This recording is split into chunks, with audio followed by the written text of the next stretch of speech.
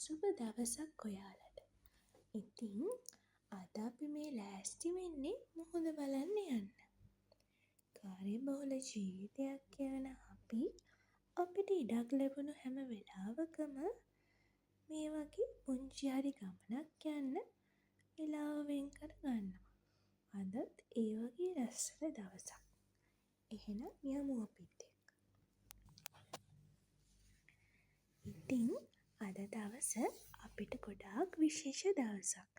මොකද අපේ ෂූටි පුතා අද තමයි එයාගේ ජීවිතේ මුලින්ම මුහුදු රැළ පාගන්න යන්නේ.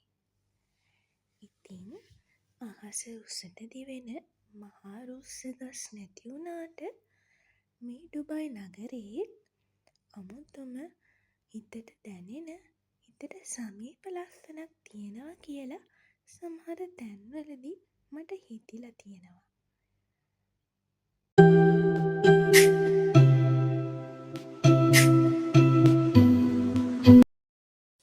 ඔන්න දැන් අපි බීච් එකට ඇවිල්ලා තමයි ඉන්නේ.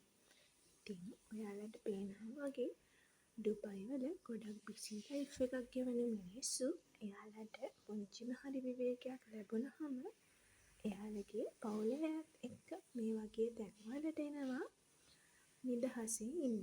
නිදහසේ පවුලේ අයත් එක්ක කාලය ගත කරන්න. ඉතින් අද අපිට නිවාඩු දවසක්නේ. ඉතින් අපිත් අපේ චුටි අයන්ව මෙතනට එක්කගෙන ආවේ පරිසරයත් එක්ක එයා ගත කරන්න ඕන කියලා පුංචි කාලේ ඉඳන් මෙයා ඉගෙන ගන්න ඕන නිසා. ඉතින් චුටි අයන් අද ඉස්සෙල්ලාම මුහුදු රැළත් එක්ක කතා කරා. එයාගේ හැඟීම් එයා මුහුදු රැළත් එක්ක තමයි මේ බෙදාගන්න ගියේ. ඉතින් චුටි අයන් මඩ වැඩි තවරගෙන මේ ලබාගත්තු අත්දැකීම එයාගේ ජීවිතේට ගොඩාක් ලොකු පන්නරයක් වෙයි කියලා අපි විශ්වාස කරනවා.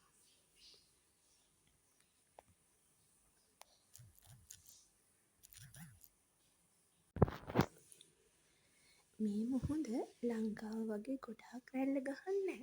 ඒ වුණාට මීටර් 100ක් 150ක් දුරට ඇවිදගෙන යන්නත් ලස්සන මාළු බලන්නත් හැකියාව තියෙනවා.